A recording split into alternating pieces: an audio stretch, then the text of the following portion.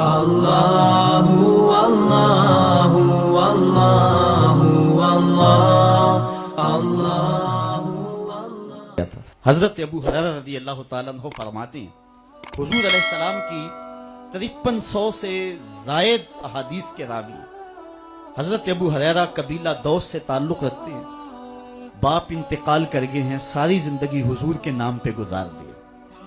حضرت ابو حریرہ خدمت حدیث میں ایسے مشغول رہے کہ شادی کرنے کی فرصت بھی نہیں پائی، بلا تعین اوقات حضور سے درس حیات، درس زندگی، درس دین لیتے۔ یہ صفہ کے چبوترے پہ بیٹھ کے حضور سے تعلیم حاصل کرنے والے اسلام کی پہلی درسگاہ کے طالب علم ہیں۔ جنگل سے لکڑیاں کاٹ کے لاتے، بیچتے اور پیٹ کی آگ بجھاتے۔ کبھی حضور کے گھر سے لنگر آ جاتا، کبھی فاقے بھی کاٹتے، کبھی کوئی صحابی ان کی دعوت کرتا اور یوں کام چل جاتا۔ کہتے ہیں ایک دن کھائے پیے ہوئے کافی دن گزر گئے اور حالت یہ تھی کہ کمر بھی سیدھی نہیں ہو رہی تھی۔ جنگل سے لکڑیاں کاٹ کے لاؤں اور بازار میں بیچوں، یہ بھی طاقت نہیں تھی۔ حضور کے گھر سے بھی اس دن کچھ نہ آیا اور کسی نے دعوت بھی نہ کی، اور حضور علیہ الصلوۃ والسلام کی تعلیمات یہ تھی کہ سوال نہیں کرنا۔ اب میں کسی سے سوال کروں مجھے یہ بھی گوارا نہیں تھا، ادھر بھوک کمر بھی سیدھا نہیں ہونے دیتی تھی۔ کہتے ہیں میں نے ہیلا کیا اور مسجد نبوی کے ایک ایسے زاویے پہ بیٹھ گیا جہاں سے لوگوں کا گزر ہوتا تھا۔ میرا مقصد یہ تھا کوئی گزرتا ہوا شخص میرے چہرے کو پڑھ لے گا اور کھانے کی دعوت دے گا، لیکن جو بھی آتا سلام لے کے گزر جاتا۔ کسی نے میرے اندر اترنے کی زحمت گوارا نہ کی۔ وہ کیا کسی نے کہا تھا، ہستی پلکوں کے نیچے غم بھی پلتے ہیں، مگر کون دیکھتا ہے اتنی گہرائی میں۔ جب لوگ گزرتے رہے اور کسی نے میرا پوچھا نہ، تو میں نے سوچا کہ تھوڑا سا ہیلا اور کرنا چاہیے، جو کوئی آئے میں اس سے ہم کلام ہوں، میری گفتگو کے دوران وہ میرے اندر اترنے کی کوشش کرے گا۔ کہتے ہیں حضرت عمر رضی اللہ تعالیٰ عنہ آ گئے، میں نے ان سے قرآن مجید کی ایک آیت پوچھی۔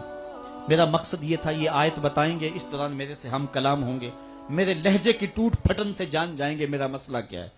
لیکن وہ شاید جلدی میں تھے، انہوں نے آیت بتائی اور چلے گئے۔ میں پھر منتظر ہو گیا تو حضرت صدیق اکبر آ گئے رضی اللہ تعالیٰ عنہ۔ میں نے ان سے کوئی مسئلہ شرعی پوچھ لیا۔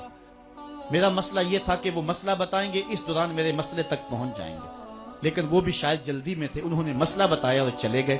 میں سوچا میرا مسئلہ تو حل نہ ہوا، اب میں منتظر تھا کہ اب کون آئے گا۔ تو ایک جانب سے روشنی اٹھی اور دل و قلب و نگاہ کا مرشد اولین آ گیا۔